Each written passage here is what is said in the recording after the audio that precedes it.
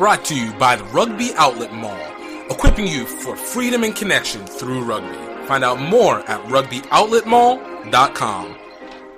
Welcome, everybody, to another great episode of Grow Rugby. My name is GiftTime and this is the podcast where we get to speak with people who have found, created, taken advantage, or been able to determine opportunities that come via rugby and the stories that they have to tell about it. We got a great guest for you today, Farrah Douglas. This was one of my favorite conversations, and this isn't even to say none of them are, but this was one of my favorite because this was such a uniquely different conversation on the usage of rugby. And while typically we usually go kind of an origin story and we wind it in, this one became much more of a metaphysical, philosophical story, and this was interesting to me. And it's a longie and a goodie. Can't deny that. It is a longie, but it is a goodie. That is just it's a great precept from one's internal identification journey to how it relates to the field itself. So just so you guys know, Farrah Douglas, she is the head coach over at Mount St. Mary's College up in Emmitsburg, Maryland. I'm sorry, correct that. Mount St. Mary's University, not college. Mount St. Mary's University at Emmitsburg, Maryland. Yeah, I got it written down, so I got to be able to see it. But she has been a USA Rugby development coach. She has been a USA Rugby national player. She has been in this game, and she is as inquisitive as she is skilled, as she is kind, as she is insightful. This was really interesting. So I think you guys are going to really enjoy this. And of course, don't forget, we all get to do this because, Rugby Outlet Mall, man, definitely go check it out. We're getting ready to put some new products, and we got some new stuff starting to come in. But we got some great things to be able to connect you with the rugby community, connect people together, obviously supporting HBCU Rugby Classic and HBCU Rugby programs, and, of course, the novelty rugby stuff that we have in set and merch, including foods, little bit of gear, and novelty things that are great for travel and mobility, because this is all about opportunity and mobility and providing the equipment for that. So you guys check it out, rugbyoutletmall.com, and you guys can use coupon code GREAUX, G-R-E-A-U-X, rugby, to be able to get 20% off all GTRN or HBCU Rugby Classic specific merchandise. So you guys enjoyed it. And also definitely go check out Singapore to Tokyo any way we can. The documentary still streaming now on video on demand and streaming. Guys, it's a great documentary, even more relevant now, especially as we are having to keep separating ourselves more and more. But to get to see the way that the world works, and the world works via rugby, this is definitely the experience to be able to take it, as these two men go through Southeast Asia to head over to the Rugby World Cup 2019. You guys are going to want to be part of this exhilarating journey, and you guys can go find it at redearthfilms.vhx.tv. That's redearthfilms.vhx.tv. And check it out. It is a 7-episode, 20-minute per episode journey. You guys can watch it fractionally over time, but it will be well worth the money. So you guys, thank you. And I'm not even going to hold you guys off much longer. Great guest, Farrah Douglas. Enjoy. Grow rugby, grow rugby, grow rugby, grow rugby, grow rugby, grow rugby. Welcome, everybody, to another great episode of Grow Rugby. I got another VIP guest for us today, coming out of Mount St. Mary's, women's head coach, Farrah Douglas, the legend. I don't think you guys even realize how much so Farrah, thank you so much for being a part of this. Thank you for having me. Looking forward to this. You know, I have to say, one of the earliest times that I got to know you or I get to see who you were was actually because of Roots Rugby. And I think it was the interconnection through the group. And then I started hearing your name pop up more and more around the networks. And then I started looking up. I was like, okay, she's a head coach for here. And then you start looking at your resume and you're like, oh my gosh, you've been in the game you've been doing in the game for a minute, like getting it through. And I'm like, wait, I need to get to know who this person is a lot more. So I have to say, like, you have really kind of clicked in on this hard. For you, like, was this always something that felt like a calling, or like is being in the coaching realm and really in this youth development realm, is this felt like a calling for you, or how did that shape out for you? Well, I think the minute I stepped on a practice field for rugby, the calling happened. But I think it was probably a year after I graduated from Bowdoin that I realized that this was like a passionate obsession and that rugby was going to be a part of me forever. The coaching piece, I think, just is something that I naturally fell into because at heart, I'm an educator. I spent about 5 years working in youth development while I was living in Chicago. And within that job, I was a director for an after-school program, as well as running youth and family outreach for a very, very small local nonprofit to Chicago that sort of operated like a small scale version of like Boys and Girls Club of America. Right. And then when I came to the DC area, I spent 3 years actually in education teaching. I did a year as an assistant teacher in an autistic preschool class. It was a pilot program in DC public schools. And then I spent 2 years in a charter school system as an assistant teacher in kindergarten. So you really have it has been a grassroots from across the board where you've always started trying to develop from the beginning on. Yeah. I spent the greater portion of my coaching has been like grassroots youth level. When I was living in Chicago, there was a local school called Noble Street, which now runs a multi-campus school that has rugby on all of its campuses, and they compete within like sort of a school league, so to speak. Mm-hmm. It's been some time since I've been a part of that. Clearly, I left Chicago in 2009, mm-hmm. But in 2004 was my first coaching experience in rugby. Nice. I worked with Nobi Takaki, who is a Chicago North Shore player, which was my women's club side at that time, and former Eagle and teammate Pam Kosenki, and the three of us worked together to coach that program.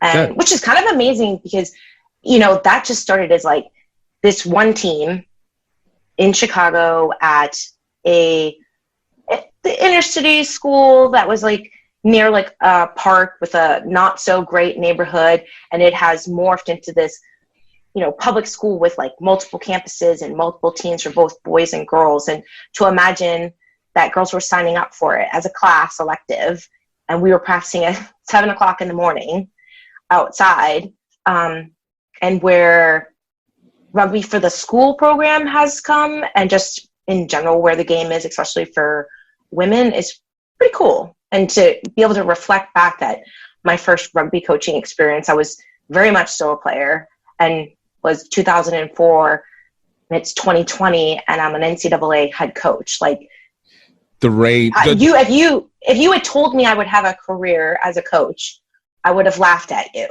Like, what are you talking about? But it shows such a trademark to the consistency, and as well as the hard work that goes into it, because eventually you start to see it's weird. You watch these things kind of almost reveal themselves. It almost attracts into it after a little bit. It no longer becomes you're working towards this. It's like, oh, I've been trying to put out this value, this energy, this this assistance out there, and all of a sudden things kind of start to develop around it, and you find yourself in a place where you didn't see it from the beginning, and then you find yourself here, and you're like, this makes sense, but wow, the journey has been unique. Yes, very much so. So I want to ask, because I want to go kind of start from the beginning on this, because in that just alone, there's so much to be able to delve into. But I want to go from how did you actually get started in rugby itself? Oh, it's kind of I think of it as like a funny story. So I started sports when I was 10 years old. I danced for a very long time. So you would think I'm graceful. I am not. And when I swapped into sports, it was the typical sports that girls grow up playing. Right. Volleyball, soccer, basketball. Fast forward into high school, my freshman year of high school, I was a basketball and soccer athlete, and I swapped schools, and they did not have a girls' soccer team, but you could try out for the boys' team. And I was still in that awkward phase. When I played youth soccer, I was a little heavyset. I wore glasses with sport bands, and my glasses were way too large for my face. And, I had that awful 80s style. I used to wear the biker shorts with the crop top, and I'd pull all my hair back as tight as I could and slick that back into this big poofy ponytail. And then I would flat iron and curl my bangs. It looked like I was on a motorcycle that had gone through a wind tunnel. I go back and look at those pictures, and I'm like, oh God. So I was just a huge package of athletic awkwardness. Right. I was an athlete, but I was this chubby girl with weird hairstyle and an even awkwarder style of fashion sense. So boys picked on me because there weren't a lot of girls. Right. I was maybe one of two, and there most definitely weren't a lot of faces like mine. So I got picked on a lot. And I have two older brothers, an older sister and a younger brother. So oh wow, responding in aggression was not necessarily something I was not accustomed to. I could only play the first and last quarter of basketball because I would foul out. Look, you had to set your dominance somehow within the family early. Yeah. And so with soccer, I learned to be physical, because if I didn't, they would single me out. Right. So, you get to high school, and all of a sudden boys are a little less gross. Mm-hmm. And now I'm going through a second phase of sort of adolescent growth and feeling even less secure in my being. So when they told me I could try out for the boys soccer team, I was like, yeah, no. It was a strong time. I was too many awkward levels that were going to be happening at the same time. Just the crossing of everything, and when I reflect back on it, I wish I had not made that decision, because I really enjoyed soccer and was, I think, a fairly decent soccer player. But it opened other doors. Well, so quick question, even on that, you're talking about soccer that's happening in the 80s and 90s at that point. So it's not even at its hot moments like it is now. No. So you already have that isolation, that already isolation of you're a soccer person in a very not soccer kind of area. Yeah. I mean, I think in my childhood around sports, you have two things intersecting. I'm mixed. Right. My mother raised me as a single mom, and she's white. So traditionally the areas that we lived in were very middle class, very not diverse. Right. The high school I ended up graduating from, I want to say, had probably a little bit stronger of a Hispanic population because of the location.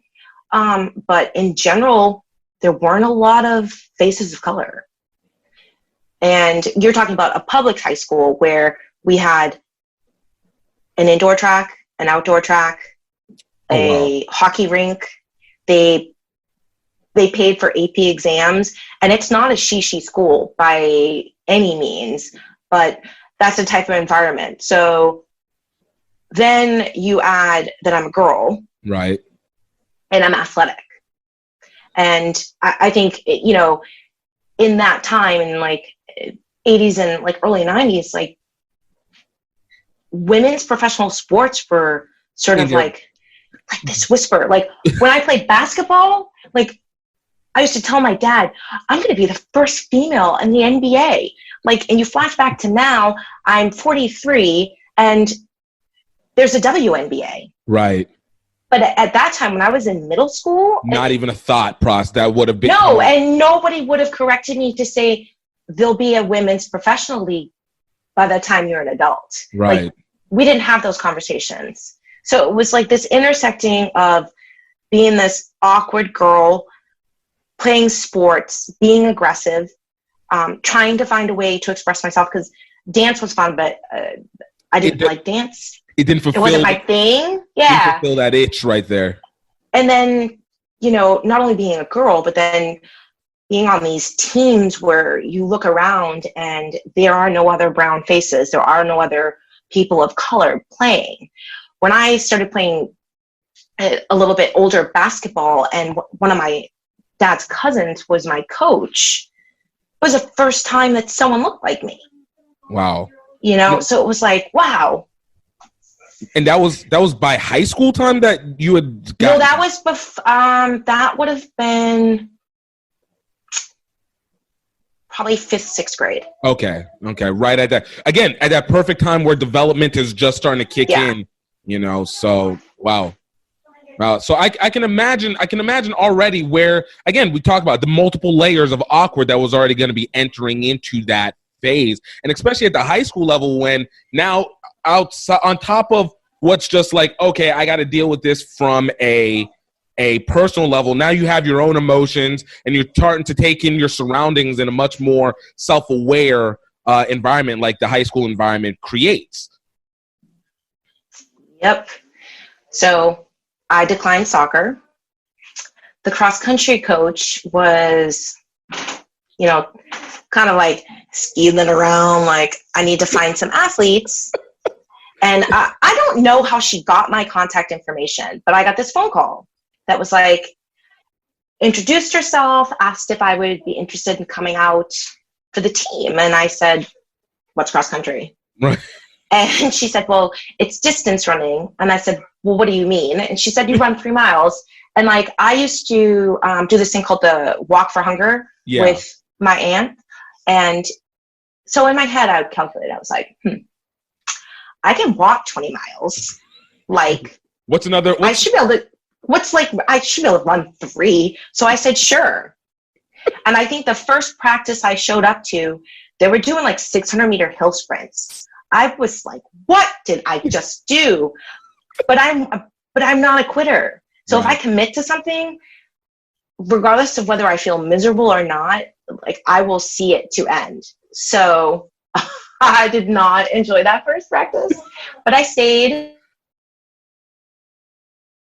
and captained the team my senior year. Nice. I run a lot now post retirement from rugby, but it's funny because it's player retirement. There's never a true retirement from rugby.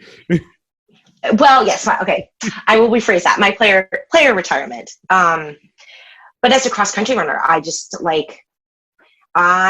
to drive my coach crazy because a competitive person in me could not control. So like, I always managed to keep myself in the top 7 for finishes for our team. Nice. But the gun would go off and I'd be like, oh yeah. And I'd take off running, and I still had those glasses because I didn't get my contacts until I think my junior or senior year of high school. So I'd have the sport band, these glasses, and I would slick the hair back and then have this huge bun on the top of my head. And I would rabbit the race. So you'd see the whole field and there'd be me in front of everybody. Right. Like, hell yeah, I got this. And then slower and slower and slower. And then I call it now buffalo hunting, but I would find someone in the race who was not a fast person. And then I would run with them. And then the last like 800 to 400 meters, I'd be like, peace. Sure. And then, Stop it. and then I'd be out. And my coach used to be like, Farrah, if you would just pace yourself, do you know how good you could potentially be? And I'd just shrug my shoulders and be like, okay. And like, I get it now, but at the time, I didn't really like have a concept. Right, because you're seeing it from the back end up. Because for you, again, it sounds like between the competitiveness that comes from soccer, sports, and family, it's look, let me kill it early, and then I'm just gonna get my body. But as long as I finish strong, like we're gonna win. We got this. Like, what's the big deal? I'm finishing strong. Yep. Oh. So I did cross country, and because I did cross country, and the high school I was at, I had cousins who had gone to school there previously, and the indoor track coach approached me about coming out for track during the cross country season, because the spring track coach was a cross country coach, so that was done. Like, I wasn't getting out of that. I was about to ask, if you were so quick off the bat for early marathons, especially within that first 800, I was going to say, why didn't nobody come talk to you about track? That sounds like a perfect setup for an 800 meter minimum, and let alone a 400 relay. For volleyball. Why? Yeah, so, well, I'm very much like my rugby career. I'm a tweener. So I did indoor and outdoor track, but originally the indoor track coach reached out to me because my cousins were throwers. Ah, I see. So he made the assumption that I might be genetically gifted for throwing, much like my family members. Yeah. So I said, sure, because I wasn't going to play basketball anymore. I had done JV basketball my freshman year, swapped schools. There was some politics going on with, parents and whatnot, and I just not feeling this. Yeah, so and I did discover that I really did enjoy cross country, so I said, why not? But at that time, I'm not quite a sprinter, and I wasn't quite a distance runner. Right. So I pretty much got thrown into everything. So I did the middle distances. In indoor, I ran the 300, the 400. I was on a 4x4. And the 1,000. I can't remember which. It was like 600 or 1,000. But essentially, I did those like middle distance one as well as shot put. Nice. And whenever we were short someone in high school for the 2 mile, in indoor, which is awful because it's just like laps and laps and laps, coach would say, Farrah, I need someone to run the 2 mile Saturday. You're in. And my eyes would just get big because, like the big workouts were like repeat 3s and 4s because I was a middle distance person. And I was, you just said, okay. So that was indoor. And then outdoor track, I did the shot put and discus, and then like middle distances. But the throwing coach that first year, which would have been my sophomore year, was also a football coach. Oh, nice. And he asked me to come out for football, and I was all about it. My mother was like, absolutely not. That was the end of that discussion. Wait, hold on. So was it all about hitting because of like just like being able to be that second to youngest child and already knowing the roughness, or was it just because of the basis of what you had already said before? You're so used to having to learn how to deal with contact that you wanted just another area where you could level that contact with a lot less repercussions like you would get in soccer or even in basketball to some extent? I think for me, it's a combination of that sort of having to kind of stand your ground. Okay. As well as I like contact. Like this, I was born in. This is what I do. This is what I do. Yeah, like it sounds like funny, but like I like contact, and I think one of the things that I discovered through track and field is that I have a very natural transfer of power, Right. which makes sense to me that like contact is something I enjoy, because that being able to transfer that like force through movement came fairly naturally to me. I think if I had maybe picked up something like wrestling when I was younger, I probably would have stayed in that space, because it would have been a place where I think all of the things that kind of brought me to rugby probably would have kept me there, and I may never have, crossed over into our sport. That makes sense. Because when you were talking and you're talking about what you were doing with sports, especially the fact that you added that you did shot put and discus, it made me think that means you were probably a very strong lower body person, which means you probably have a lower center of gravity, which would make sense again when it comes down to your middle distance running, because you're able to maintain a pace, obviously endurance wise, but maintain a pace and speed that would make sense to that. And it makes sense with the soccer component of it, which I'd have to assume that maybe you're a midfielder for the most part. I wish I could remember where I played. I remember in basketball, I was a center. Okay. Which is, yeah. Well, So I got really good at like shooting from the top of the key. But I mean, it's been so long since I've played either sport. Shamefully, like once I discovered rugby, it was like, I'm sorry, what are those? Like, it was like the blinders came on. What is this peons of sports that you speak of over here? That's awful. But I've always stayed like, I don't know, like a part of me is always still kind of like in touch, clearly, because like I'm on like day 334 of my run streak with like track and field, because that's what I went to college for. Right. I was cross country, and then I did indoor and outdoor track, and I was a multi. So I did the heptathlon and the pentathlon when I was at Bowdoin. And by the time I graduated there, the only track and field events that I had not competed in were the triple jump, because we discovered I was not coordinated enough for that. The dancers thing didn't help. No, not at all. And what is it? The 400 meter hurdles. Okay. But every other event I did, because at that time we didn't have, there was no pole vault for girls. I'm pretty sure I probably would not have done pole vault, because I'm bottom heavy. So trying to like flip myself over that. Probably. Yeah, probably. So we can count that in like, so 3 events I didn't participate in between high school and collegiate track and field, which is kind of, I think it's kind of cool, because when I meet people and we talk about track and they're like, oh, well, what was your event? I said, well, what was it? Everything. So wait, coming out of high school, were you highly sought after by universities, or was there a reason why Bowman became like the one that you ended up going to?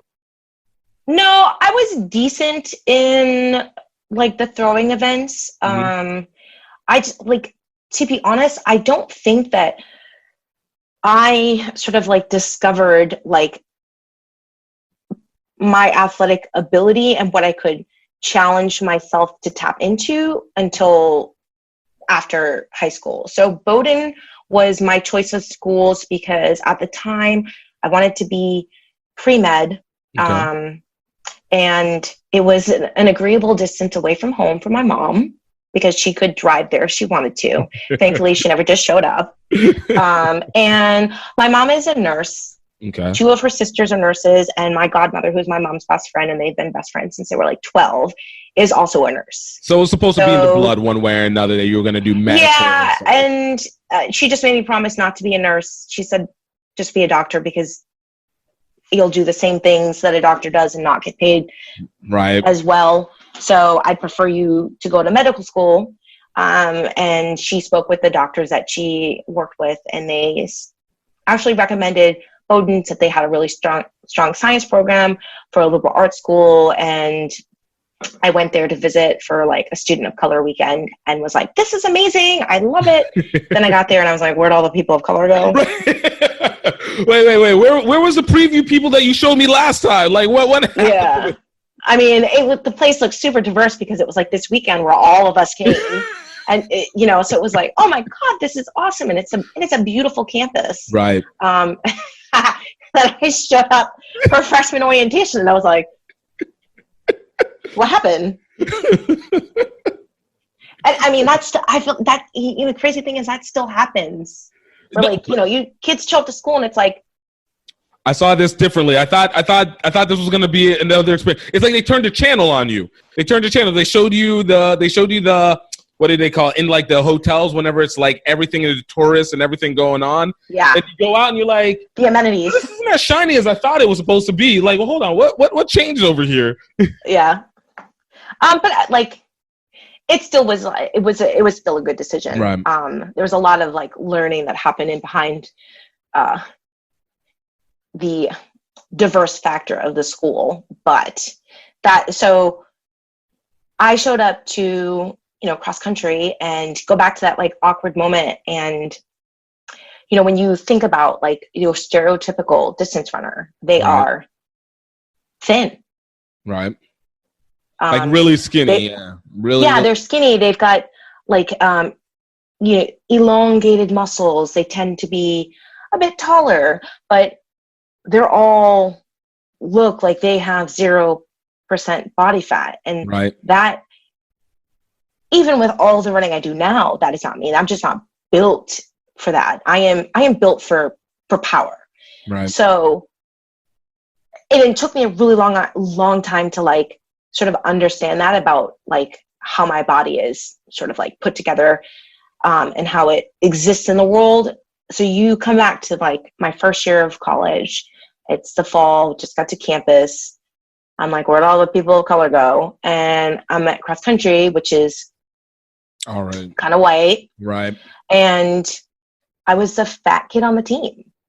And I was slow relative to everyone else. So because at that point you were better for 800s and 800, 400s, and it's a different game. So I was 32. I was miserable. It just, it was hot and humid in Maine, and like these girls were just super, super thin. And it was like that, and you'd like to say that like as an athlete, you don't think about those things, but I did. And I looked around and nobody even remotely was built like me. Right. And I went in, saw Coach Slavinsky, and I just was like, yeah, I don't want to run. I'll see you at indoor track. So I quit, and they were recruiting in the dorm for rugby. Wait, let me ask this, because you had said something before that you didn't like quitting things prior to. So in that moment, like the level of decision making that you had to go into that, like how much did it end up affecting what you did moving forward? Because there was this moment that it was, let's call it a challenge that you stepped away from versus all these other times where there's always been that awkwardness before. Like, what was that like for you as an athlete in that moment?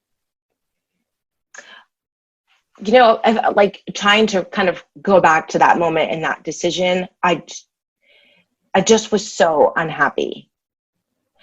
I mean, going back to high school and like running, when Coach would have her car and follow us for the fartleks, and she'd go park somewhere and you'd see her, and that's when you had to like pick up your pace and run as hard as you could, because she started that timer and she'd drive somewhere else and stop and wait. They were miserable. We were just like, oh, this is terrible. It sucks. But like, I never felt like I didn't belong in that space. Right. And I'm sure probably part of it also helped that like I was one of our top 7 runners. So it's a reward factor that keeps getting kicked. Yeah. So I'm still feeling like competitive. And then to come to Bowdoin, and, it's a D3 NESCAC school, and they have a very good track and field and cross country program there. Mm-hmm. And to all of a sudden not be able to compete and to physically feel out of place in a way that I couldn't compensate like feeling out of place as a little girl playing soccer with boys, you physically can compensate for that space by making them know who you are. Right. And like the slide checking and It's getting multiple yellow cards. Yeah, like I could physically answer. Right. And in cross country and college, I couldn't. I wasn't built the way I needed to be built and didn't have the training or approach to the sport, to running in general, to find a space for me to feel comfortable and competitive in my skin, like in that environment. And yeah, it's the first time I just was like, I don't want to do this. So, but I'm thankful for it. Because it adds another layer of data and understanding. Yeah, which I use now in my running, but I think it's also why I weathered through burnout when I experienced it as a player, and probably why I was so gung-ho about rugby because once that bug bit me, there's no turning back. And I never would have found it had I suffered through that season of cross country. So, it was club at the time. So they, flyer the dorms, they go around, and inevitably you probably know somebody who is played or know someone that played, like you're 6 degrees of separation. Right. So I got asked to go to practice. Never heard of it before. I said, what is it? I was told it was a cross between soccer and football, which the common. Yeah. And in certain degrees it is, and it's an easy way to explain it to like the layman. And I said, football. Ooh.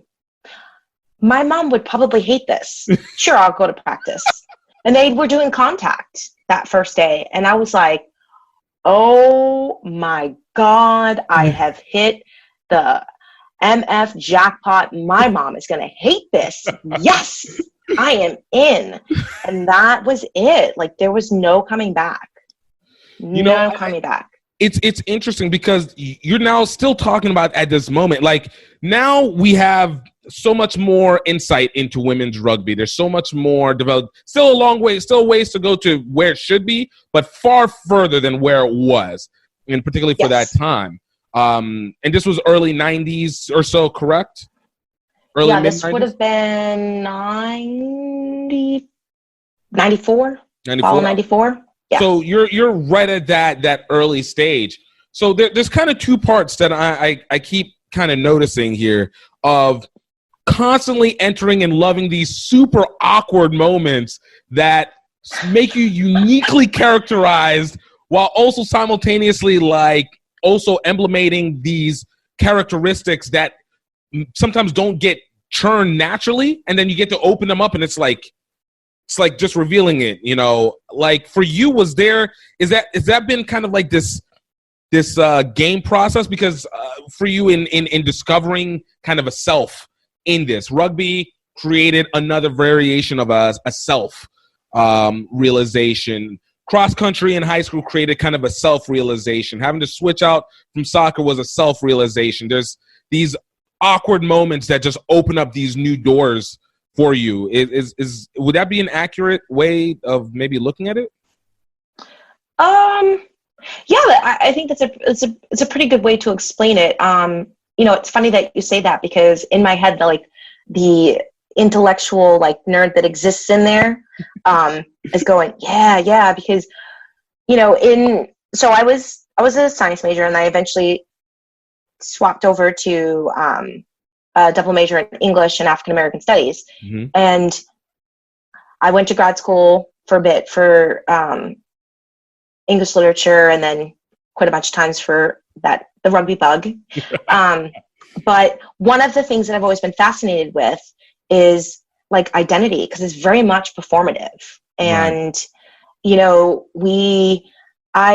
I think there's probably some core thread that constitutes who we are, if you will, if you want to get an aura or whatever it is. But like, I very much think that, yes, what I didn't realize what was happening to me with all of those doors opening and closing and going in one, back out to the other, and kind of like shifting around, is that I was discovering that who I am as a person in the world very much is going to adjust and mold based on what was in front of me, the Right. environment that I was in, whoever I was dealing with, very like contextual, if you will. And so I think that what sports did for me was open up this knowledge that it took me a really long time to actually be able to articulate that was what was happening, is that who Farrah was in the world was going to be performed differently at every moment of the day. The me in September would probably be different than who I might have been at the beginning of October. Mm-hmm. But like the core of who I am was never changing. But I was always going to perform a different version of me based on what I was doing. Right. And I think that's what sort of like the athletic shifting, if you will, as I was sort of discovering my likes, my strengths, the things that challenged me, is that like that idea that identity is very, very much performative at its core. Is that part of the reason why you maybe selected African American Studies as one of your majors as well too? Kind of setting a base, because even whenever you mentioned about whenever you first got to Bowdoin, and it was through a people of color, I guess it was a Black visitation weekend kind of situation. Do you think that added into it, where it was just like, you know, if I set this foundation of a further learning on myself, it also shows kind of what you were saying, the type of person I'm going to be in terms of my environment, and subsequently how I perform on the field, even afterward, or on the track or anything. I think that is a much more articulate way of talking about something that I didn't recognize was happening at the time. So growing up, being raised by a white mother and being of light skin, I to be honest, there were moments growing up where like race kind of like peppered itself in, like getting picked up from a sleepover and my friend's little sister coming to the door and looking at my mom all wide-eyed and looking at me and then going, "Did you know your mom is white?" And I'd say, "Yeah." You know, and spending most of my childhood growing up with my mom's family and not having a lot of contact with my dad's family, I didn't really think in terms of color, right, until Bowdoin.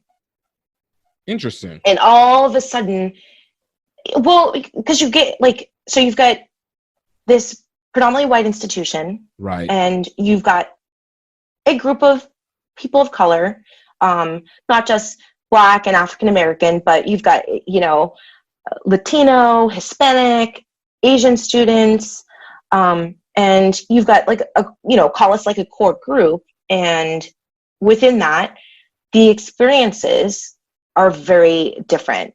I mean, I think people would like to essentialize like African American experiences, like this is what it is, right, but it's not. It's so very much ranged, more complicated and complex and layered. And so for me, it just was something that I didn't really think deeply of until I got there. And then all of a sudden it was in my face with, there are a bunch of like racial incidents that had happened on campus, and having an assortment of friends from different backgrounds and different ways that they were existing in the world. All of a sudden it was like this realization that like, I am different than my mom. Right. When I go out into the world, people will judge me based on the darkness or lightness of my skin, because, you know, you've got the inner layering that happens within the Black community around colorism. Right. And that was happening to me in college. And, you know, I would talk with family members of my friends who would assume, because of the way I enunciated words or spoke, like my grammatical sentence structure, that I was white. I went and visited my best friend for one of our breaks, and she's Puerto Rican, and her grandmother yelled at me the entire break and angry because I didn't know my language. And no matter how many times we told her I wasn't Puerto Rican, she would not believe it, you know, and understanding me. yeah. And so all of a sudden it was like, I was having this like identity crisis and awakening that was happening at the same time. And I think that's probably what, without even realizing it, drew me to African American studies. Right. And then in the time that I was at Bowdoin, I had 3 kind of advisors that I worked with really well. 2 of them there was Professor Muther, who was an English professor, but in the time they were there, we had 2 new professors that came to Bowdoin during my time. And Louis Chudasoke, who was Jamaican, mm-hmm. and very, very visible on campus, large Rastafarian man with his dreads, and like he played drum and bass and he DJ'd, and he was an English professor, but the stuff that he taught was like so not canonical, but so important. So I took, eventually he became, I did a project, like independent honors project with him. The first class I remember taking with him was like Black Pulp Fiction. And we read Iceberg Slim's Pimp. Nice. Like so, and Cecile Brown, The Love and Lives of Mr. Jive-Ass Nigger. So it was like all of these like, you know, it's like we watched blaxploitation films, right. We watched Julie Dash, Daughters in the Dust. So all of this stuff that was very, very important, I think, to sort of like the canon of the diaspora, so to speak, within right. the university system, got brought to this super white trust fund baby kind of school. And it was unbelievably like eye-opening. And, you know, around him, so many different conversations were starting to happen. And then my advisor for African American Studies was Eddie Glaub. Okay. And you can, he just had another book that he released. And he is now a professor at Princeton. When he came to Bowdoin, his advisor when he was in grad school was Cornel West. Wow. Who came and spoke at our graduation. So like having some like profoundly, you know, intellectually brilliant Black Americans come to a place like Bowdoin and be exposed to them was. That has to be like, yeah, being revealed on a first time plant, just being able to get that. Yeah. And at that time I had classmates and then other students who I was really good friends with that were equally like, we're brilliant. And so there were so many conversations happening around identity and politics, because, you know, a lot of the stuff that happens on campuses now where they struggle with like race mm-hmm. are not new. Like those things were happening. I mean, right. We had incidents on campus where, I mean, I had Brunswick police with billy clubs tapping them in my face, telling us that we were in an illegal party, which was in campus housing, but it was the African American student. Right. And then they wanted us to disperse. But then when we went outside, you know, more than 3 people is an illegal mob. You know, like things like that. Right. I want to say it might have been my sophomore year, kids dressed up like the Ku Klux Klan on our quad, like sheets and all. Wow. And when they got in trouble for it, it was like, oh no, we're cheering to the Cheerio God. Yeah. And like, you know, so there are like little things that are happening. I don't say little to take away from them, but there's a history of it. And these right. things, like, they are not new to this moment. Right. Like, it is so systemically interwoven into the fabric of everything that is America, that it's just like yeah, like sadly, you know, when I talk to my athletes at the Mount and stuff is happening, and even things that are happening out in the world right now, the like, you know, it's kind of gives you this like heavy moment, because you're like, I'm 43 and your experience isn't all that different than mine was 20 or so years ago. Right. Like, where are we? You know, I find that interesting because I've always, it kind of hit me when I got into my 30s, and I started seeing this constant repetitive pattern. And you'd see it in both innocent and more heavy stuff. Innocently, I would see it in kids' behavior, where I'm like, a lot of these personalities I've literally seen before. Like, I've seen these personalities, the way that they interact. Maybe the external sources are a little bit different, but all the little nuances tend to repeat themselves. Then, of course, we know it in obviously heavier ones like you explained when it comes to either racial or social or anything like that. And I started kind of thinking that maybe it's not so much a factor of it just, well, like you said, it becomes something that's interwoven. It's not so much a factor of not knowing because the knowledge has always been there. You read a little bit, and the same thing that happens now has happened 20 years ago, that happened 40 years ago, that happened 60 years ago, so on and so forth. And it almost run within the same level of pattern. It's almost like the wave that we have now almost seems very reminiscent to the wave of the late 70s, the late 60s to early to mid 70s of where blaxploitation started to go up and we start to see that increase. And then the 80s, everything kind of came to a little bit of maybe a plateau. And then the 90s, we kind of shook, and it, you know, whatever was hiding, whether it's economy, whether it just information dispersion, but you kind of see these same elements. And I always wonder if it's just the factor that with every new generation, you have to, if you don't implement context, it becomes a repeat regardless of what the knowledge is there or whether it's not there. I feel like you know, time is cyclical, and therefore so is history. And I think that to like sort of like break the current cycle that we're on, you actually have to put a break in the shape, in the circle, right, to be able to move the flow into another direction. But we lack consistency around education, around the narrative. Right. And history is also perspective. And generally speaking, those who hold power are the perspective that is writing history. Absolutely. So, you know, history is not, I'm probably going to get in trouble for saying this, but like history is not absolute.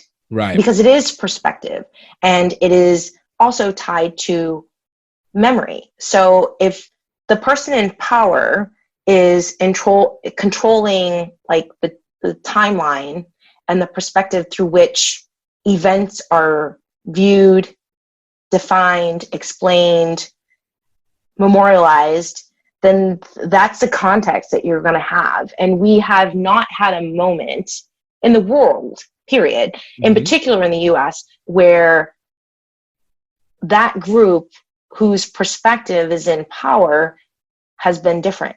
Right. So, right, you know, I think if you overlay all of these like moments, it's the same pattern repeating itself. Like, and, you know, and that's just talking about like, you know, sort of like what's happening here. But I think that's very much true about the world in general, because if you go outside of like our present moment, you'll see these patterns are continuing to happen, and the players are different. Right. The landscape is different, but the core of what is happening, it is not. Right. And I mean, that is everywhere. And that was, like I said, it's the interesting consistency of human nature, despite the fact that there is, because I think then you get into those instances where you have the books and the knowledge that explain these other sides sometimes. And you're like, oh, like if I had known this changes a complete dynamic of how even culture gets played out. I think for me, even one, and you know, to this subject was always, I think the Colfax Rebellion in Louisiana, where after whenever Reconstruction was happening and freed slaves kicked in, and you start to see an influx of Black congressional people in positions of power in the South. And it gets to a point where, obviously white locals end up rebelling against this government body and killing off all these guys in Louisiana. And you also see it in Georgia. And the point that I'm making on that is that you almost remove that component of history from what's being taught normally within schools, and it creates a narrative of slavery, Jim Crow, civil rights, everything that we have issue. And then there's no point where an excellence had occurred within this Black community. It just seems to be a constant range of suffering, as opposed to maybe more intentional act of subjugation that occurred. And if you add that little bit of learning inside there, it changes from a cultural standpoint. Hey, this hasn't just been a suffering instance that only was started whenever, slavery occurred. And the only time that there was a resonance of positive was post-slavery, pre-slavery. But it was, even afterwards, there was an economic boom. That's not just one element of Black Wall Street in Tulsa. There was a legitimate economic bloom within a culture. And now it makes it so that people aren't just, they're just incapable, and being able to play that narrative over and over and over again. And that goes into everybody's mindset, regardless of either side of the spectrum. You're either fighting against it or you're establishing it. But one way or another, it changes that whole concept where it goes, okay, these were intentional acts. Now our intentions can make a difference even more so. And I think maybe that's what we get to see a little bit now. And that's where you talk about like those little shape changes in the cyclicalness of history. Yeah, I mean, we have a lot of ellipses, like these historical moments of empty matter, where there are narratives and timelines that are just gone. Right. And they're not gone because they're lost. They're gone because someone has made a pointed decision to not allow them to be articulated. And so we exist in the current state that we exist, not, it's not as simple as to say that like it's racism, because it's so much more complicated than that. Because racism is, we are in this, and 3D, I don't even think does a good enough job of describing like the matrix that we are in. But you've got race, religion, culture, gender, sexuality, all of these things, economics, geography, everything is kind of like twisting in on itself, and we lack education. Right. Because we have these really succinct black spots, like black holes of information, black holes of where full stories and narratives about people, about culture, about time, about development have just kind of like sucked away into this abyss of non-memory. Right. People truly can't make informed decisions because we aren't informed. As a world, we are not informed because somebody has taken it upon themselves to say that this systemic system of absolute power needs to impose itself. It needs to be protected and shielded. And the only way to do that is to misinform the public. Right. Because if you can misinform the public, then you can control them without controlling them. Right. And if you look at like, communities of poverty, they lack the ability to take care of themselves, healthcare, and then they lack access to education. Lack of education, lack of knowledge produces a version of ignorance, which means that you are malleable. You can be controlled without someone actually having to physically put their hands on you and put you somewhere. Right. Not giving you full picture, you can't decision make. It's a self-generating poison, if you want to call it like that. It's a self-generating poison, which is why we always get those concepts of generational social depression, to say the least, because of that fact. And you're right. Not just even you're right, but in full agreement. Like it's an interesting. It is probably one of the most interesting dynamics of human marketing and disinformation for that you could see in all history, because it is so big yet so subtle, and it becomes so thought processed into it, where you're going like you said, using schools. People always go, oh man, why do people always complain about schools? You have the same opportunity as me. There's a chance to go to school. And then at least within the US, you talk about, man, property taxes are what pay for schools. That's an insane concept. So that means the moment that your property value drops, it's not just, oh, your house is less valuable or your building, your real estate is less valuable. You have simultaneously devalued the entire knowledge population that revolves around that area. And that is a massive concept, where when you realize how much that little bit grows, especially from early youth development, and how much we play that in education, in psychological behavior, in nurturing, in one way or another, that leads to our adult lives. And it's wild. Again, it is a marketing that is probably the most impressive that one could see, but not necessarily in the great way, not in a good way. No. Yeah. So. I mean, people are conditioned to, how would I say it? Modern society conditions people to be incapable of understanding like an existence outside of where their feet currently are. Right. It's like a warped, they talk about how most Americans don't travel outside of the country. Right.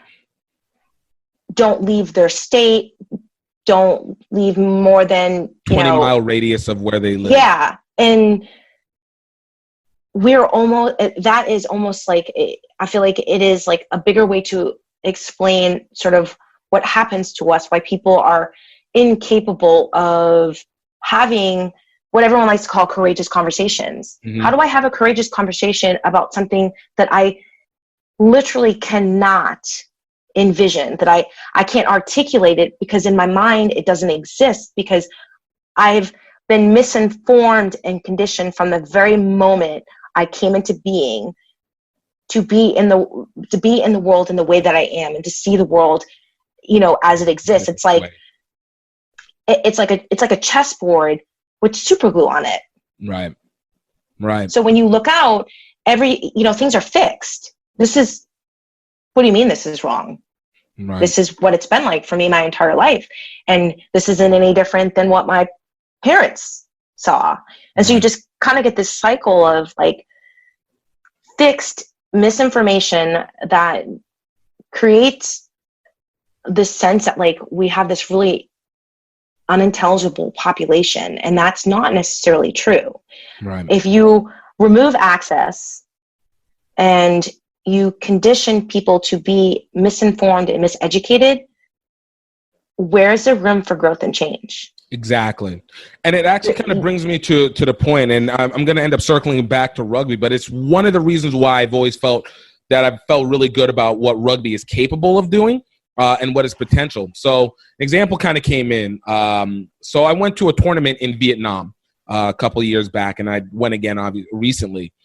And I remember whenever I first always heard about Vietnam, you hear it through the history books because of the Vietnam War, any movies of Vietnam War. So in the best of my mind, I was assuming, man, this place is a war-torn country. It's just everybody's trying to get their little bit of economic development, but we know how long it takes for things to recover.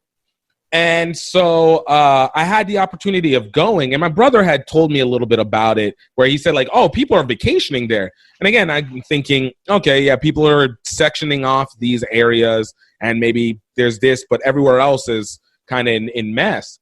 But then you get there, and I get there, and it's just like, oh my gosh, like I get to Saigon, it's like, this is a thriving area. Like, this is an area where you it's nothing like what I thought of Vietnam prior to, because there's no context for me to have understood Vietnam to be anything else except for what I saw in Rambo movies, what I heard about in the history books. And, and there wasn't an innate curiosity to be like, oh, let me look at this random Southeast Asian country that I heard about in war. So you get there and I'm just like, this place is amazing. I'm like, wait. These people don't hate us? Like, wait, let me understand what is happening over here. And you get this chance and it's like opening up a new eye and giving you another perspective on how you see this world. And this is even, for me, I've traveled most of my life. My family's from Nigeria originally, so at least even going over there, which was also in and of itself its own eye-opening experience from traveling as a kid and traveling as an adult. But it leads to that point that you make of people, if you prevent access from occurring, people aren't able to change their narrative, their paradigm of the world. And I've always found interesting that within the rugby concept, that if you are speaking within a certain specific culture that seems to resonate at the core of it, where everywhere there's at least this similar element, but then we're just adding these cultural factors, that rugby can be a driver that goes for that. Having been in it for a while, and I know we could have gone more into the talking about where you started, but frankly, I love this conversation far more than what could have been. But kind of within your experience, like when you've started traveling out with rugby, how did that even impact the way that you started seeing the world, and subsequently how it led to the way that you kind of perceive how you present rugby to others? That's an interesting one because, initially my first travel outside of the country with rugby was in grad school with my women's club team, and we went to Europe, went to England, and our tour was like the Ugly American, like Wild West tour. Just gonna leave that there. Okay? Like, yeah. So, there's a reason why when Americans travel, people are not necessarily excited when we're in groups. Right. We're easy to find. Yes. Culturally, we stick out. We are loud. We are know-it-alls. Right. We're very upfront. Yeah. There's not that humble couth that comes. No. Yes, correct. We are not smooth. So like, and that was like my first like rugby tour, and typical of rugby in like the early 2000s. I was like I went to my first US camp, so it was a lot of rugby and partying. Like right. That was like the international experience was like, and and I look back on that, and outside of the fact that I was like in a different country, I don't know how much of it was different than the experience I was having at home in terms of like play games, and then you go and social and you hang out and you're going out to clubs and to out to eat at like the local pub. Right.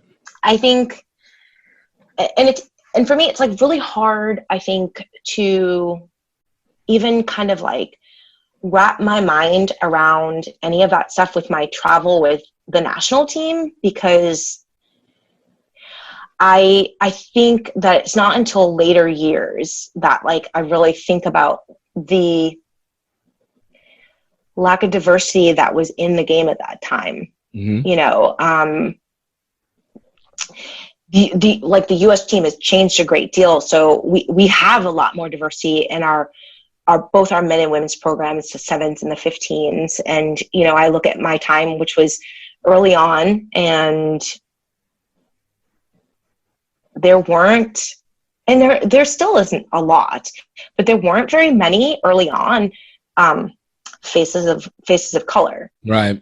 And I didn't like, it's just kind of like growing up, it's like one of those things you're thinking about it, but you're not thinking about it Right. at the same time. It's in existence, but it's not intentional in the front of your mind. Yeah. It's kind of like Satan. That middle part, just enough for awareness, but not enough for you to concentrate on it. It's like percolating, but it hasn't quite hit boil. Right. And, and I think that moment for me is why, like, even given what is currently going on, I mean, our country is being ripped apart at the seams by so much disinformation and people's lack of ability to articulate and acknowledge that there's a lot that needs to be changed.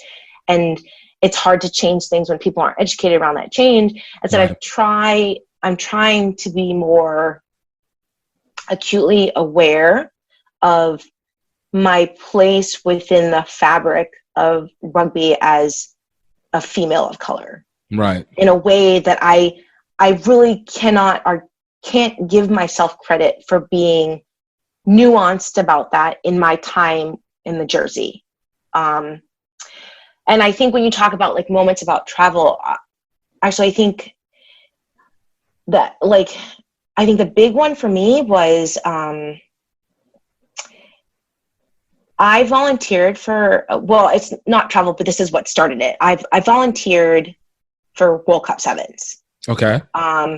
And, I feel like to kind of be well-rounded, because my ultimate goal eventually is to head coach a national team, like an adult national team. Right. And on that list of big bucket items is to become an assistant and eventually a head coach of a professional team outside of the U.S. Okay. Because I think that, to me, going and head coaching as a woman in like Super 15, it would be huge. It's a game changer, such plus the yeah. Like I'll just like kind of like on like different levels. So that's like a bucket list big item for me. Right. And I would like for that to happen, or for a woman to do that. Right. So, I've been on a national team staff. I assistant coach for Pete Steinbergen for the 2014 cycle. And then when that cycle was over, I was what we called the High School Americans at the time, but essentially is our US U18, U16 girls program. And I did that for 2 years. So I was like, okay, like let's kind of experience this from a different perspective, like what it's like to be in this high performance environment. So I signed up to be a volunteer for World Cup. Well, they didn't know what to do with me at first. What do you mean? Because as a volunteer for World Cup, for like a team liaison, I bring a different experience than I think, having like a grassroots rugby person come, because I'm a former international player. Right. Former international level coach.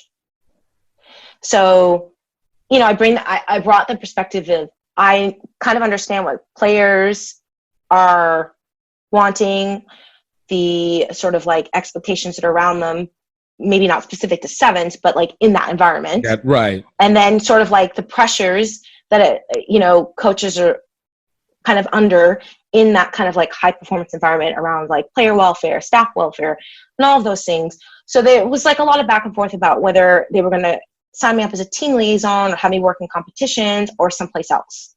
So eventually they were like, well, we're going to have you be a team liaison.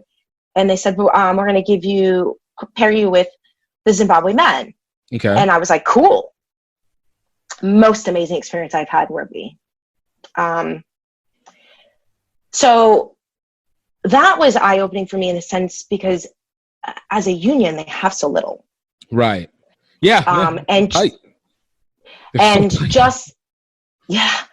And they're still able to, and with so little support, what they are capable of doing. And a really young team, right? Lots of energy, so much joy and gratefulness around playing.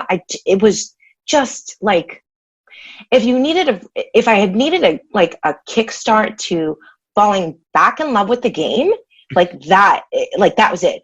Every time we got in the vans and we drove somewhere, the singing the song and and that commitment across the board to the idea of them as a family, their family at home. And at home was not necessarily just like familial family, but it was everybody. It was the supporters, it was the staff, it was the union, and like just that strong connection and around like that kind of like that identity and just the humility around being at a World Cup. Right. And you know, the lack of ego that existed in those athletes, you know, so like that was just like, was amazing. And then you get to the jersey ceremony. And I've been to a bunch of them. I've had the jerseys presented to me. Right. I've been to a World Cup ring for one of those. Like I've handed a jersey for a test match when we had our first test match for the US U18 girls. So they're doing theirs, and you know, like I'm honored to be able to be in the room because it's a big moment, you know, and right. They've got guys on the team who this is going to be their first World Cup. So they get to the 2 last jerseys, and their team manager starts talking about me, and like you're like listening, but you're in this moment. So like right, you just all of a sudden and all of a sudden I'm like, wait a minute, he's talking about me. And you know, I'd never probably really thought of myself as like really being engaged and giving back to the game. And because it's just like rugby is just a part of who I am, right? And so I'm trying to stay involved for like forever. Right. So you know, the manager is talking and thanking me for, you know, being there, and that they're honored to have me as their team liaison because, you know, I understand sacrifice to be at a World Cup and what it takes in terms of like, you know, your preparation, all of those things, and that, you know, I'm retired from playing, but I'm still involved in giving to the game. Right. And they let me give 2 jerseys. Wow. So I handed 2 players their first World Cup jersey, and that just was like, holy shit, like this is huge. And it's probably the next biggest moment to the first time I put my jersey on was handing that to them. And then that was such an amazing experience for me. I was like, there's so much to learn to being a part of this environment without being a player or a coach to take away. So I applied to be a volunteer for Cape Town Sevens. Yeah. And you have your 6 degrees of separation. So it turned out that the women's club coach for the team that I was playing, but now I'm not, affiliated with here in Maryland, his brother is a media manager for Saru. And so he just directly connected me. We talked, and I went over and got to work in media, which is a whole different kind of experience, a way to see the international game. Right. And that was just amazing because I got to go on the field and watch the Stormers practice while I was there. I met Sia Khaleesi, and that was such an amazing experience. He is a genuine, humbling human being, like just was awesome. Like right. He was in a full conversation with their team manager, and my guide walked me in to introduce me to everybody, and he stopped talking, stood up, took his hat off, came around the desk to shake my hand and introduce himself to me. Like, that's awesome. You know, just, the full respect of the moment. It is just. Yeah. And the crazy thing is, you know, the first thought I had was, this wouldn't happen in the States. Right. But that goes back to that culture that has developed over time to be able to establish itself in, and has set itself apart from what is just the standard foundation that goes across the board. Yeah. And then you talk about like the experiences in America and traveling abroad. So Cape Town was my first time anywhere in Africa. Okay. We are not going to talk. We will save talking about my mom's reaction to that trip at a later date, because that was pretty amusing and then not amusing. But the crazy thing is when I got there, like, I mean, in the mall, the mall guards have like machine guns because Yeah. And, Just- my friend I stayed, military police kind of thing. Yeah. yeah. And my friend that I stayed with has cars like bulletproof glass, and in his driver's side door, there's a gun, I just was like, immediately, like, am I gonna, like, yeah, I'm like, am I gonna be okay? And I'm a runner. So the two things is, so when we went out to where my friend, he and his wife took me to where his parents live, and we went out there so I could kind of be near the beach because they live in Strand. Right. And the first thing I did was go out and run. I was like, yeah, sweet. Like, I'm running along the ocean in South Africa. This is beautiful. Fucking amazing. Yeah. Wait. And it was like some kind of. Oh, no, I was going to say, before you continue on that, well, I guess you might be explaining it, but like that realization that you were in Africa, this positional place that America does not speak very highly of, in any sense, in most majority sense of the way. Did it just feel that much more surreal as you were running on it? Just like there's this I think that like the part of it that was surreal I was going to talk about as well is when I meet people, the first question they would ask me is, did you think you were going to be in the bush? And I'd like awkwardly laugh and be like, no. And then they would go on to say, well, that's what Americans think Africa is. Right. The bush. And like, I just kind of was, and it wasn't like just one or two people. I got asked that a lot. Yeah. It was like a frequent question. It's like a base question. Like, yeah. And it was like, and, kind of was like awkward and then just really eye-opening because we don't, flash back to my sophomore year of college and sitting in like a lecture hall for like an intro to sociology class, and they're talking about AIDS and Ebola, and someone in the class says, well, Africa, like, I'm trying to remember exactly how it is because these are these moments that like they stick with you forever, but like memory, as we get older, memory kind of like warps the words. But it was something along the lines of like, well, Africa's a dark continent because AIDS and Ebola, that's where they're from. And like and you're just sitting there and you're like, this is the stuff that breeds violence, because this really large intro to Soc textbook that I have could become a weapon of mass destruction, because that's such an ignorant thing to say. But then you go back to our conversation that we're having now about misinformation and access to information. So that white male student exists in this country, in the US, with privilege. Right. Privilege because he's male, and privilege because he's white. But that same privilege affords him with misinformation that he doesn't ever have to question. Right.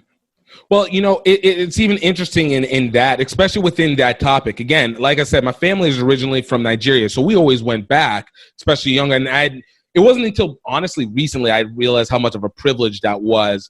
We always knew it was a good thing because it connected us with our family, but you don't realize how much it sets the standard on how you understand everything moving forward. So, as a kid who was Nigerian and I lived in State College in Pennsylvania and Iowa, so we're not exactly the most diverse areas in the world. So no, not at all. And even whenever I came to Louisiana, and we still had that pervasive thought process, you're always getting asked these questions. Oh man, what is Africa? I remember, Africa's this disease place. Oh, everybody's poor. And then you get those stupid commercials on TV of, the Christian whatever fund. And you just see the skinny kid with the bloated bellies. And it's just like confirmation. And I'll even add to this. Like I said, went there as a kid, went there up until 99, didn't get to go again until 2012. That concept, despite having the knowledge, still ended up playing into our mindset of that location because of what our surroundings were. So when we went back in 2012, I remember my brother and I going like, man, you know, it's going to be tough. I don't know if we're going to be able to move the way that we want to. Hopefully it doesn't take too long. And what, you know, it was just like, we're not going to have the same modern effects, essentially was what we were saying. We're not going to have the same modern effects. And then we get to Nigeria and it was just like, why did we allow ourselves to get caught up in this mythos, this negative mythos of this continent? Because as a kid, we might not have had the awareness simply because, you know, we were kids. It's just, it is, but we're not recognizing all the surroundings. We just know family. Hey, we go to the village, we go see our uncles, see our aunts or grandparents, blah, blah, blah, blah. But then as an adult, as you become much more capable of processing the information, it's like, no, this place is as good as any. Don't get me wrong. Its problems are very real, but its problems are far less foreign than any other place. It just might be a little bit more emblemated because there's just a longer history that goes along with it. The issues are far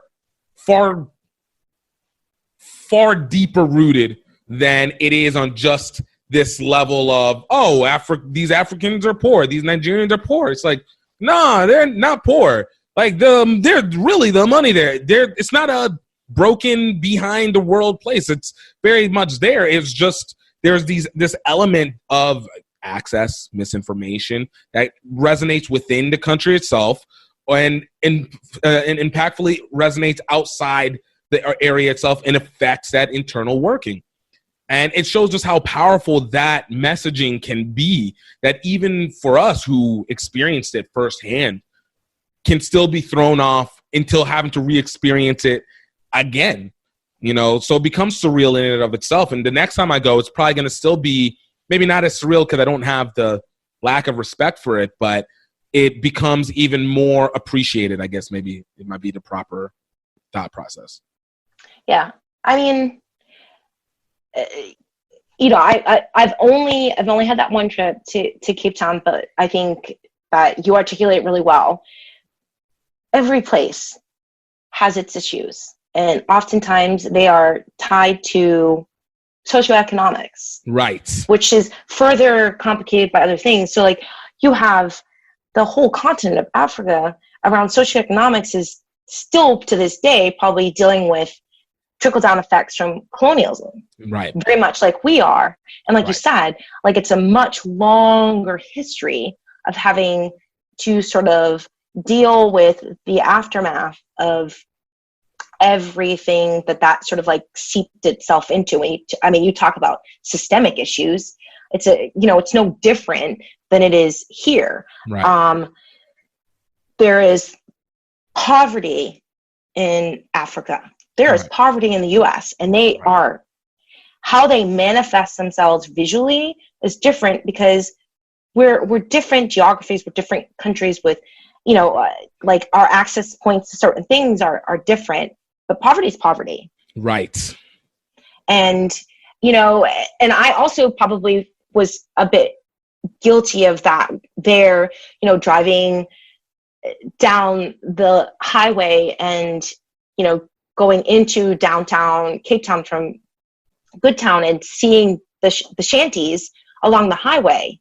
And even traveling with I coached at Gonzaga High School for a long time, which is a all-boy Jesuit school in DC that takes their players on tour every year. And, being in Argentina and driving on the highway and seeing their version of shanty towns. And I remember seeing, it was like we're on the highway going into downtown Cape Town and, seeing the buildings. And the first time we did that, my visceral reaction was just like, wow, that's awful. And then, I then think back to when I first moved to Chicago, and tell me if you remember this movie, Candyman. Yeah. Okay, so the Candyman was filmed in Cabrini Green, which is one of the worst projects in Chicago at the time. Right. Okay, so, we go to this moment where I'm like, oh, the shantytown, my whole American judgmental self, like, oh God, this is awful. I used to practice in Cabrini Green before they tore that stuff down, and you could not bring bags with you or leave anything by the field or it would be gone. Right. There were police patrolling all the time because, I mean, the city of Chicago has a ton of, like, violence. Right. But at that time, like, over the weekend, the number of people, like, gang warfare happening, drugs in that area were super high because it was high. The projects in America are American shanty towns. Right. And, like, the kids used to come out with their little, like, laser beams on the windows and shine them on us in the middle of, like, practice and stuff. Like, someone lost, like, wheels on their car when we were at practice. And, like, what about that is any different than what I saw driving down the highway? There isn't anything. Exactly. But it's because we have this perception that it's in Africa, that it's got to be so much worse than what we have. Right. Because they're uneducated and they're poor, and that's no different than it is here. Right. And, and it's funny because, like, I stayed with my friend and his wife, and they're white South Africans, so they're Afrikaners. And, I think they were so afraid that I was going to come in as an American and kind of shake your this finger idea. No, I think it was more like they had this idea that, like, I'm untouchable because I'm American, because I think oftentimes that is sort of the attitude that we travel with. Right. So I don't think they overplayed it, but there was so much fear in how they explained things to me around, like, my the safety of my well-being. So when I came home and talked about going out and running, people would literally look at me like, you went running by yourself? And I said, well, yeah. I was like, I always ran when someone was at the house. Right. And, in their neighborhood, they kind of walked me a loop and said that they would prefer that I kind of, like, stayed within these parameters. Right. Which is, like, understandable. Makes sense. It's a foreign country. Yeah. I'm a female running by myself. I was like, cool. And, like, I mean, it's no different than going around my neighborhood here. Like, people, but familiar territory. Call and stuff. Yeah. So, but the first time I talked about that, like, the sheer look of terror on someone's face that I, Farrah Douglas, a female, all by myself, went running in Cape Town. And I ran in the city too. Yeah. Like, I mean, why would I not? The temperature is beautiful. It's, like, gorgeous. Like, so yeah, I ran in downtown Cape Town out to the water and ran along the water. And when I was in Strand, I did. I freaked them out there because, like, the front gate goes out to the main road, which is, like, on the, goes along the beach, because it's like a gated community. But the back gate, if you go out and you go, I think it was, like, right, takes you down the road to a shanty town. And, like, somebody had been hurt, like, and when I say hurt, they got stabbed and their phone got taken away. But then, like, that's all. Right. Yeah, but that's also, like, I mean, that, excuse the expression, but that shit happens here because if you run around oblivious, carrying things of value that and just have them open, you stand out. Right. You stand out. And there are always, the world is full of haves and have-nots. Right. And if the haves run around holding showing their stuff, hands. Yeah. Put a target.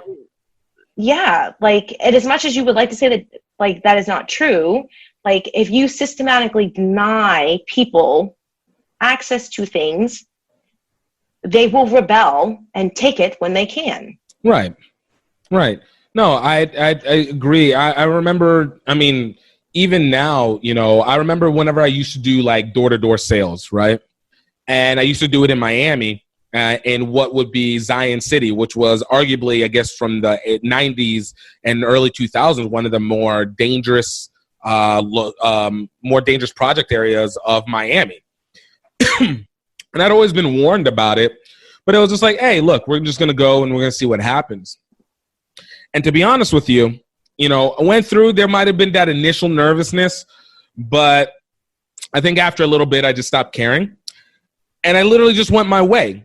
But the thing that stood out to me was I could just go my way. It's people just wanting to live. Now, if it was something where I was just like, and I'm in a suit and tie and stuff like that, of course, and people see me, but they understand what's the situation that's happening. Because people aren't inherently like, I'm going to go and get them because they're simply in existence. It's a respect of what the environment sells you. Like, hey, I'm not here trying to flash my money, and I'm not here trying to create attention for myself, or even more importantly, moving with this lost look. There's a systematic method of my movement, and I go back to how it is with anybody with within a certain level of society. You have to move with a certain level of familiarity, even if you're not familiar, because people are not inherently, I don't believe, inherently trying to create evil.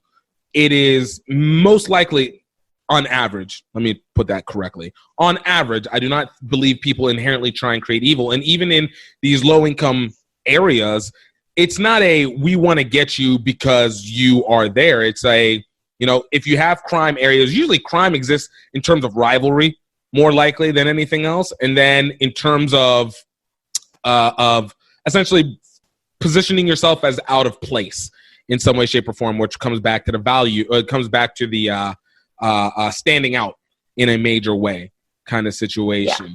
So like to the point that I'm just saying was like what you said. Yeah. Why, like, while it was a foreign area that you were in and that familiarity is not there, you also understand the concept of being in a structure that can be like that. So you know how to properly maneuver and act that might be different, but is not obvious. Yeah. So, yeah, no, it's very interesting how it all ends up connecting together. Well, look, let me start right, because I could literally sit here and talk to you for like the next 3 hours and just go into this conversation. That's good. I'm loving every moment of this. I kind of want to wrap it in because while we didn't go, I'm also super tangential. Sorry. Say that again. I said I'm super tangential. Oh, you don't know. I love it. And so it while it differed from where it was going to be, it went into an even more positive and honestly an even more interesting conversation that could have been. But I think it ties so well together to everything that's happening. So I'm going to kind of, we're going to compress things a little bit. So where you are now, considering your experiences, considering these knowledges, this understanding of identity being a very big factor in your performance, how does it consistently project itself from you in how you teach your rugby players and how you've been teaching rugby players moving forward? Because obviously whenever you are showing, it's more than just what's going to happen on the field. You're doing as much off the field as it does impact on the field. So for you, how do these all kind of present themselves into how you project the way that you present rugby out? I think in terms of how I present rugby out, it would be getting them to feel free to express who they are within the game. And then the other side of that, which is not directly related to actually like rugby per se, so much as it's about program and culture, is creating a safe space. So, Mount St. Mary's, it's in Emmitsburg, Maryland. It is a predominantly white institution in a very white area. And we are arguably probably one of the most, if not the most diverse team on campus. And I like to pride myself on creating that. I have, we're representative of a variety of states. Over the 4 years I've been there, religion, the diaspora of color, not specific to African diaspora. I mean, we're just diverse. We're diverse around identity politics. And they feel safe and supported. And I think that's the thing that I want to bring, is that this is a place where you can enjoy being an athlete and feel safe and comfortable being in the skin you choose to wear. And in particular at this time, I think it's really important in what's happening in the world to make sure that I continue to build the diversity and color, so that we have that, and that the sport represents what our sport looks like globally, not just here in the US or England, UK, and being supportive of those women, because I remember what it was like to not see a lot of faces like my own.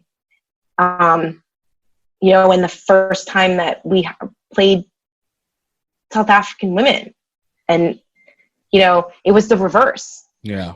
They had, I think, like two white women on that team, and just like, you know, just seeing like literally the reverse of the team that I'm on, and just like being like, wow.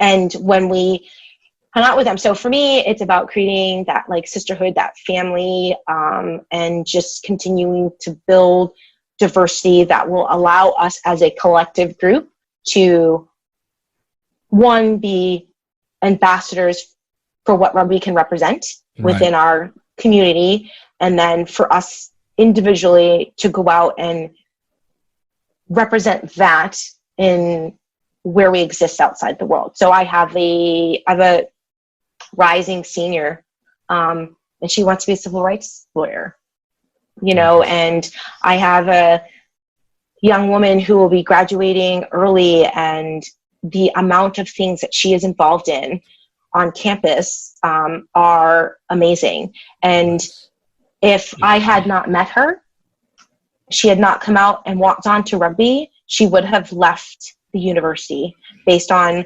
her experience as a young woman of color. And because she met me and joined rugby and had someone advocating and supporting her, she's going to graduate with a degree from our university. And it's like those moments to realize through sport how impactful as a coach, and in particular because I'm a female coach of color and I am the only head coach of color at our university right now. There was a young man who was head coaching our basketball team. He's now at GW, phenomenal human being, and an amazing coach. But, you know, there aren't a lot of, our faces are far and few within, you know, higher level staff positions in the university setting in particular, across the board, whether it's athletics, whether it's administration, whether it's faculty. So the realization I've had over the last probably year and a half, as I've been pressed not directly but indirectly through the young women on my team, is to be a visible force of change and representation, because I've been gifted with my position and afforded the ability to be visible and be a voice that can represent and, you know, also demonstrate that there are opportunities and pathway.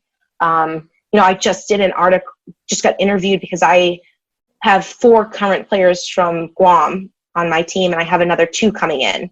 And it's not crazy to imagine that you would have a player from Guam, but I will have 6 from what is a small, very small island. Place, right? Yeah, and you know, and I think, and kind of building that connection to the island and realizing the opportunity that rugby presents everyone. I mean, which is why when Roots developed and they reached out to me, I was like, yes, like I want to play, and I turned in my application for that and was really excited to be a part of that inaugural women's team, is because it affords us opportunity and visibility in a way that allows us to shine not only athletically, but for our intellectual prowess to be articulated in ways that we are often not afforded.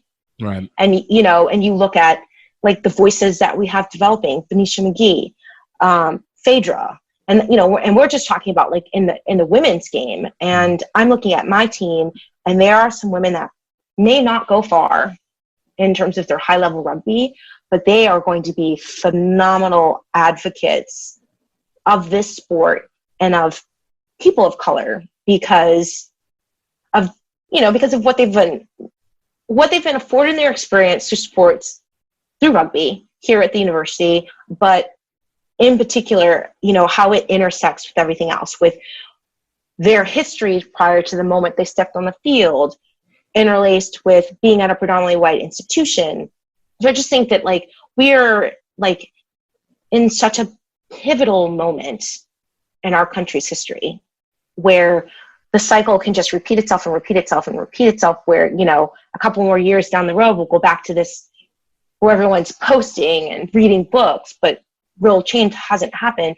Or we can empower these young, powerfully minded individuals to go out and advocate for change, and they don't have to wait till they graduate.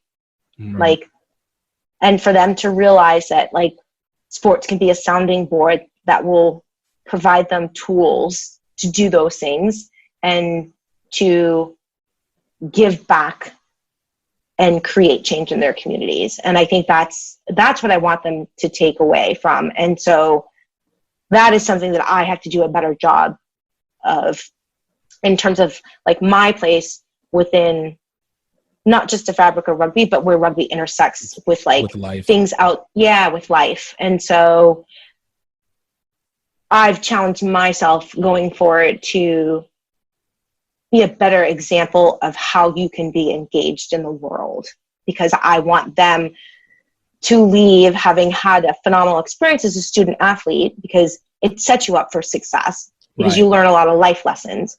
But I want them to go out and say, I can be an advocate for whatever it is that's important to me, and know that my voice is going to matter because I will make it matter. Dude. So so in my roundabout way, that's kind of like, yeah, that's my thing. And I'm working on that. And like, I'm just big on the diversity piece of things, because like, we're just going to take it all over. Right. Kidding, but not. But no, it really is. It's a process. But the thing is, it's something that you're already doing. Like, just by the nature of you being and the nature of having that awareness sets you up that way, one way or another.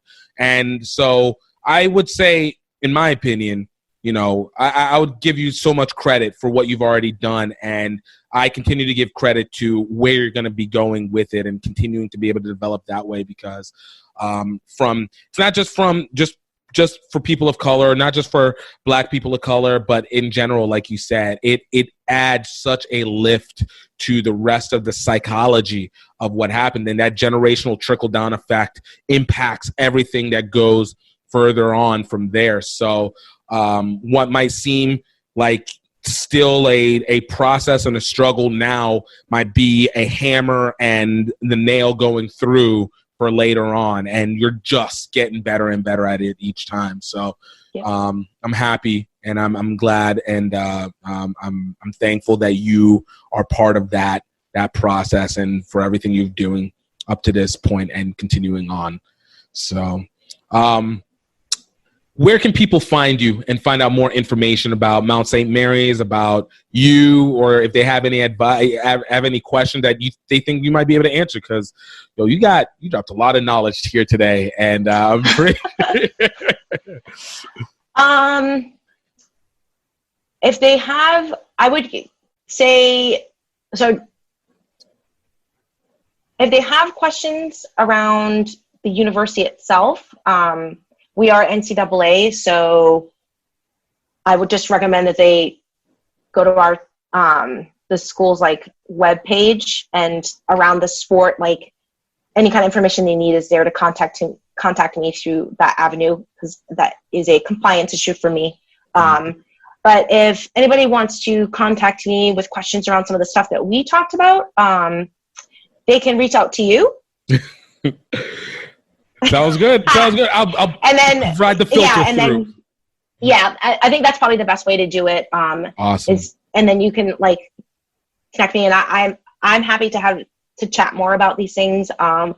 It is, I quit grad school, I think like 4 or 5 times for rugby. No regrets, because your body will limit the amount of time that you physically can play at an elite level. That's just science. Right. Naturally. But I am a firm believer that your brain, unless you're medical issues, you can go back to school. You're always capable of learning and bettering yourself from an intellectual standpoint. So when I made those decisions, it was because I knew that at any point in time, I could make the decision to go back and continue my learning, which is a process that I'm actually thinking about right now. But I legitimately have I think enough graduate credits in English literature to actually have my PhD. Yeah. Beautiful. So I've done one of the things I was super, super interested in is I love the Harlem Renaissance, Jean Toomer, one of my favorite books. It is the Harlem Renaissance answer to Canterbury Tales. Nice. Bomb. So I recommend it. It's a quick read, and just there's a lot happening at that time when you talk about moments of sort of intellectual growth and development that's happening. Harlem Renaissance was bomb around a lot of cultural things. But I was super, super, super taxed with thinking about the idea of passing. So you go back to when I was talking about identity being performative. Yeah. Nella Larson wrote Quicksand and Passing, and they're both about a female protagonist that can pass for white. Yeah. Because they're light enough. And so I had started working on a project around politics of intimacy for women who are passing. So I'm always down for intellectual talk. And that's sort of kind of so you talk about those moments where sort of what you're experiencing in the world interplays into other things, that fascination with the idea of identity, and then the fascination with passing and the Renaissance and Du Bois and the Talented Tenth. All of that comes out of this moment in my life where all of a sudden I realized, wait, homegirl, you are Black. Your mom might be white, but you do not exist in the world as such. Right. And you never will. And just kind of and all of the sort of things that came into that moment, because I think until that point, I'd always thought of myself as just Farrah, the student, Farrah, the athlete. And all of a sudden it was this other layer came onto all that, which is now at this moment in my life, I am a female head coach of color, coaching what is still very much a fringe sport in the U.S. as an emerging sport in the NCAA. And what that means in terms of all of the things that I represent and can speak to and advocate for means that this job, which I'm blessed to have because not very many of us who are in the rugby world can get paid full-time to do what we love, means that I carry a lot of responsibility in terms of using this as a platform. And I don't know how to explain it differently, but it's a platform that I need to make sure that I stay engaged and active on, because it's very easily, I can just sort of wisp into I get paid to coach rugby. Isn't this so great? Okay. Yeah, and easily I could do that, and who would fault me? Right.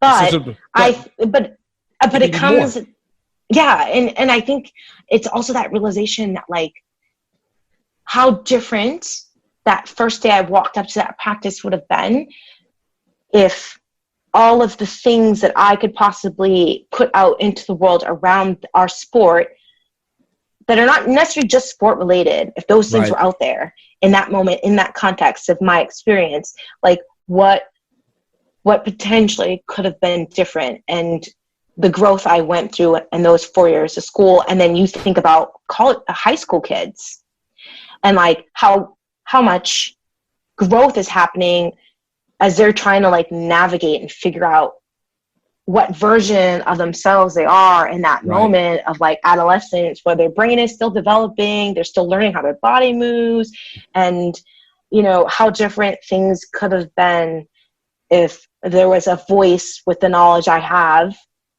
in my particular experience, which is not the same as someone who might look just like me, but being able to put that out into the world for someone who might just look at me and say, hey, that's kind of, that's sort of like me, and how different that might have been for me growing up and some of the things I experienced around like identity, so to speak. If like my experience that I'm having now were something that my younger self would have had access to, like how different, where would I have not struggled so much, and where would I have had more exponential growth with access to certain things, or just presented differently, because you go back in and not to expand so much, but it's a struggle, but it might have been just a different variation of the struggle, a different set of realizations, a different foundation. So it still all starts from somewhere, but but anyways, to your point, that's why like you said, I've always believed it is a privilege if you have been given much or you've worked to be able to acquire much, it becomes a right that you have to do to pass it on. I think it becomes very selfish, especially whenever you're in a position where you have that uniqueness. It becomes extraordinarily selfish. Yes, people can be capable of it, but it seems like you are sullying your right to have been able to get there, instead of being able to roll that same thing down and, like you said, create that representation for that one person that has a similar, and it may be not similar in totality. It's just fractional similarities that make the biggest difference. Farrah, I legitimately, all the way through, thank you so much for doing this with me. I'm definitely we're gonna do this again because these conversations. Awesome. I've really enjoyed this. Oh, thank you. So I'm happy to hear that. I'm very happy to hear that. I was here for this. Like I said, I could have gone on for even longer just because of the fact that we were just starting to scratch the surface of what it is to have this philosophy of putting identity and rugby together. Like, this was great. We're definitely going to have her back, and it's definitely going to be worth the listen. There's so much to be able to delve into, and I want to thank Farrah for coming on, spending the time. Like, it meant the most. And guys, like, you guys can check out even more podcasts like that, or with great guests that we've had, such as last week we had Rashad Lipford, the founder of North Carolina A&T, James Brunson, the head coach and director for the North Philadelphia Nomads, who also are featured in the movie The Nomads, found on Amazon, available on Amazon. Matthew Provost of Prairie View A&M, Nicholas Walcott of the Chicago Griffins,